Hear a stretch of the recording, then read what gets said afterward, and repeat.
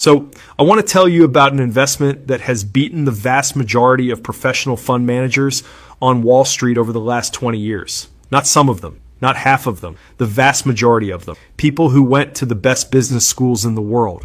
People with teams of analysts and billions of dollars of research budgets and access to information that regular people will never have. People whose entire professional existence is dedicated to finding investments that beat the market.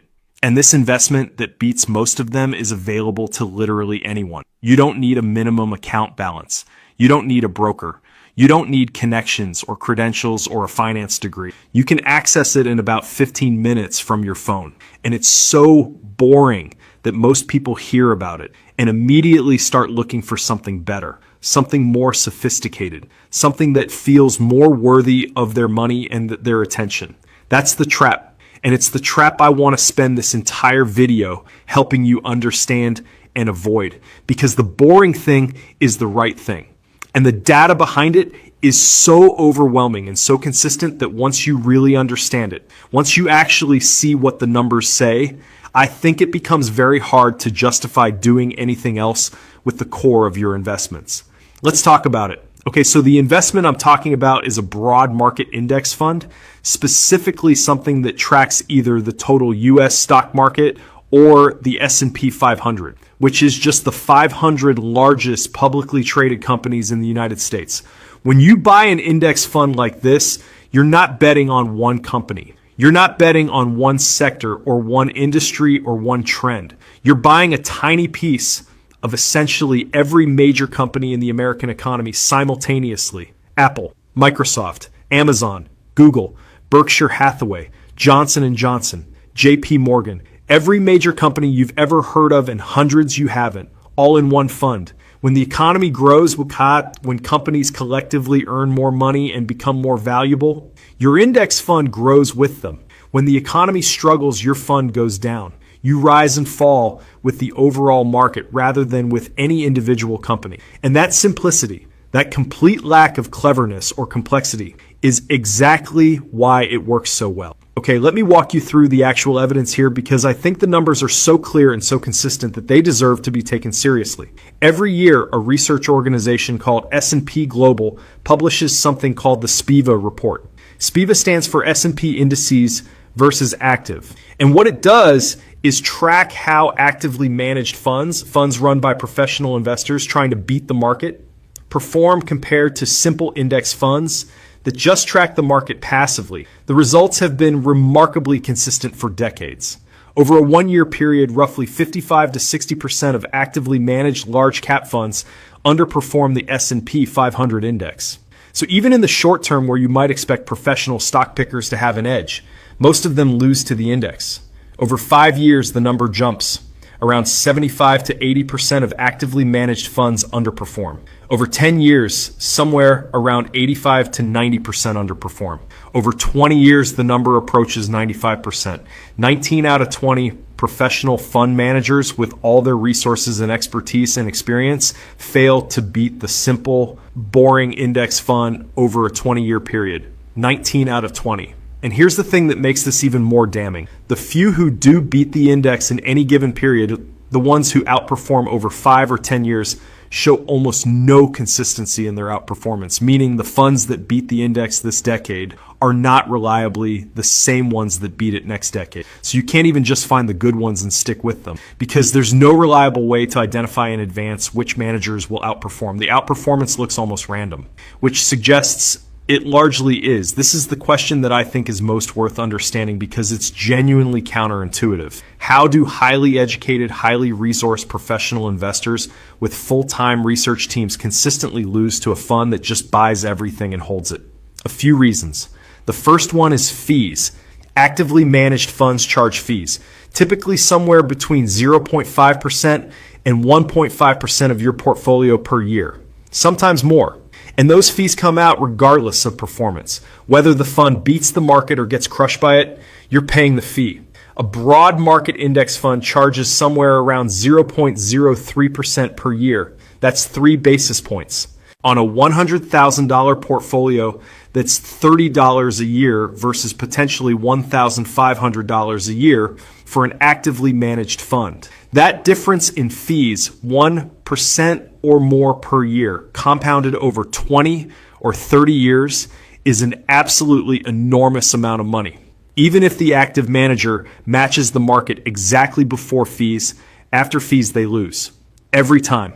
By the full amount of the fee. So the active manager doesn't just need to beat the market. They need to beat the market by more than their fee every single year just to break even with the index.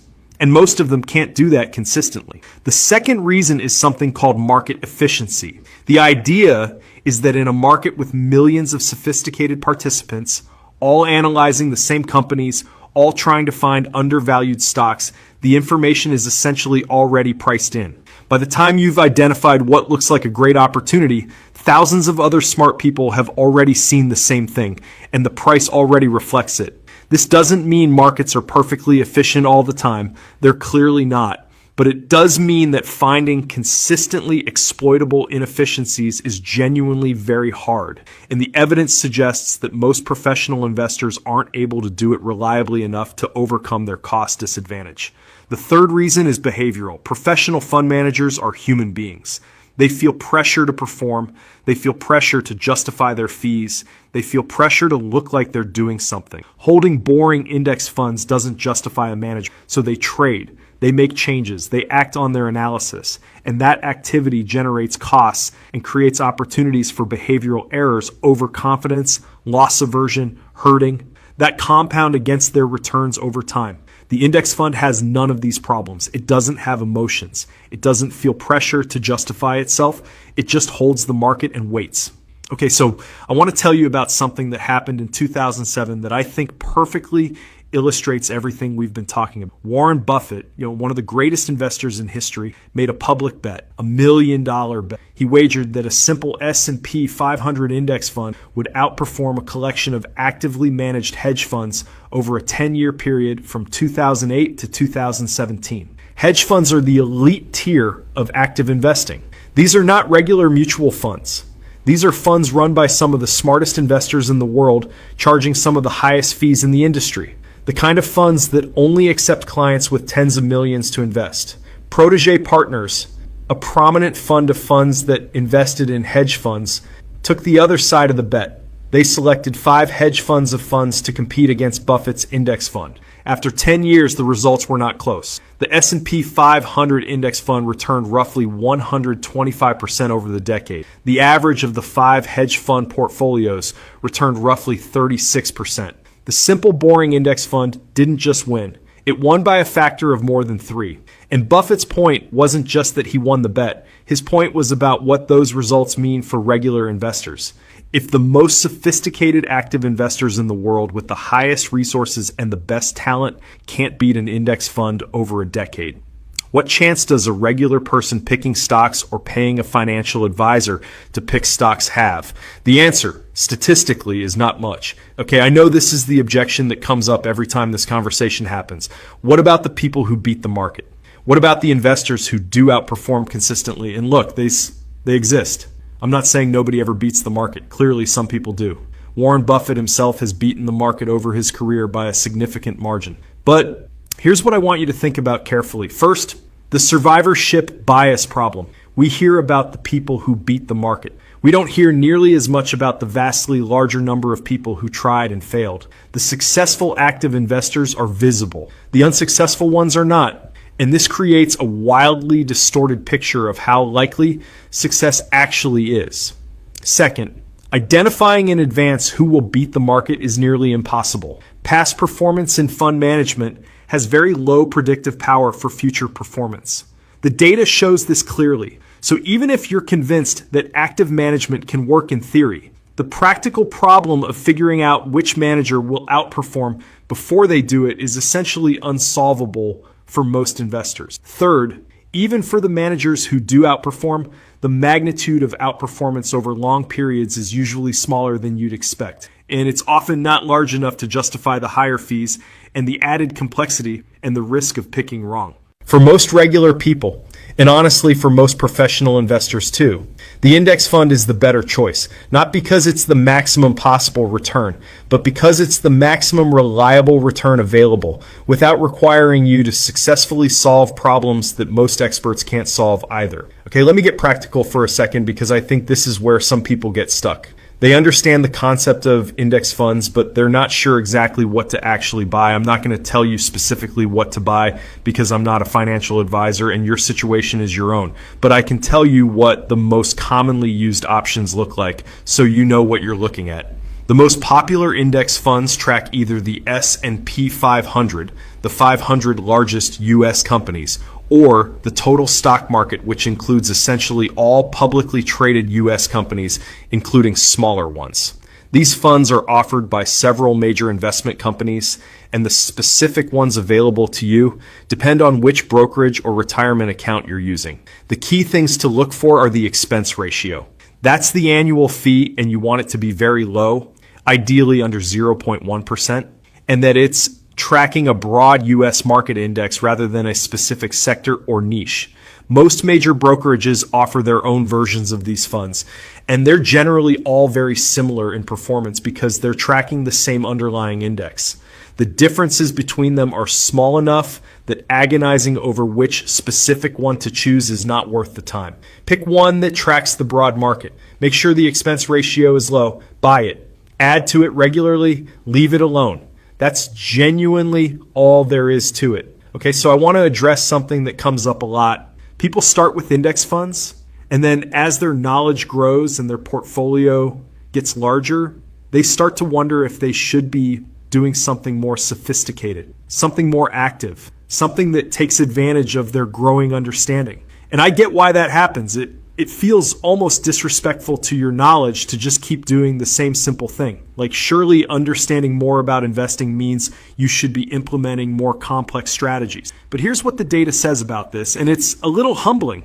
The complexity almost never helps. The more moving parts you add to your investment strategy, the more individual stocks you pick, the more sector bets you make, the more you try to time things, the more opportunities you create for behavioral errors and cost accumulation and just being wrong. The index fund strategy doesn't get better with sophistication. It gets worse because sophistication introduces the human element back into a system that works precisely because the human element has been removed. The most sophisticated thing you can do as an investor is once you've understood the evidence, is to stay simple, deliberately, permanently. Even as your knowledge grows and your portfolio grows and the temptation to get clever grows with it. Boring, simple, consistent, forever.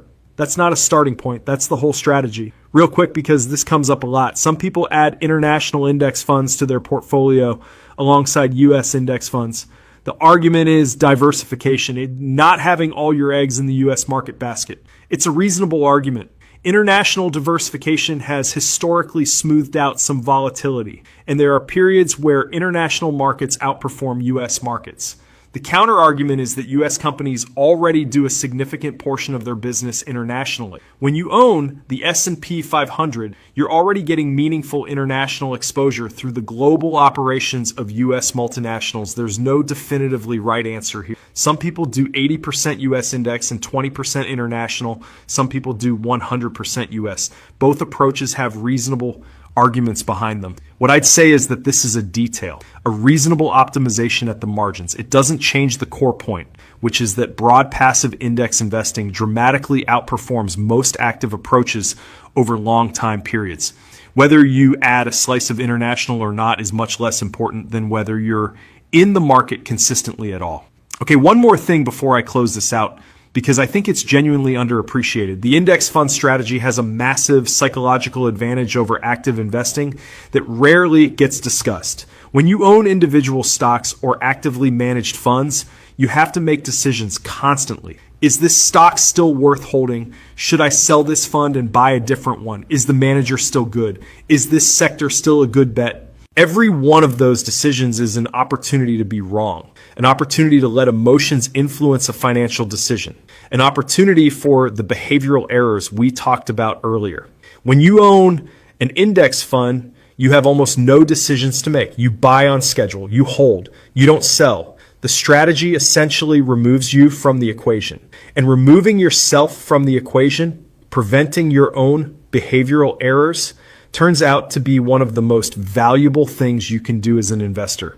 Because research consistently shows that the gap between what markets return and what individual investors actually capture is large. People buy after good runs and sell after bad ones.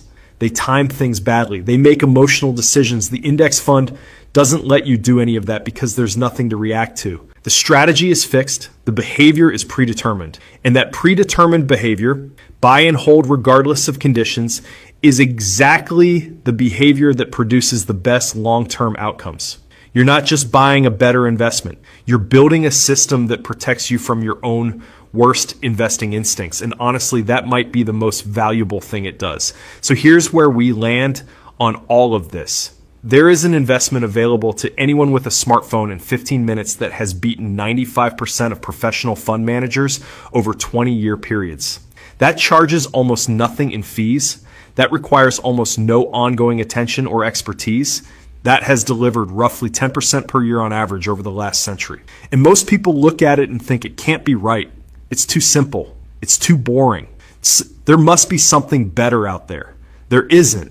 The professionals have tried to find something better. With all their resources and intelligence and effort, and for the overwhelming majority of them over the overwhelming majority of time periods, they've failed to beat the simple, boring index fund. That's not an argument against learning about investing or understanding how markets work. Knowledge is always valuable, but it is a very strong argument for where your money should actually be, in the boring fund, growing quietly, compounding reliably, beating almost everyone on Wall Street without you having to do anything clever at all. Buy the index, hold the index, add to the index. That's it. That's the strategy that wins.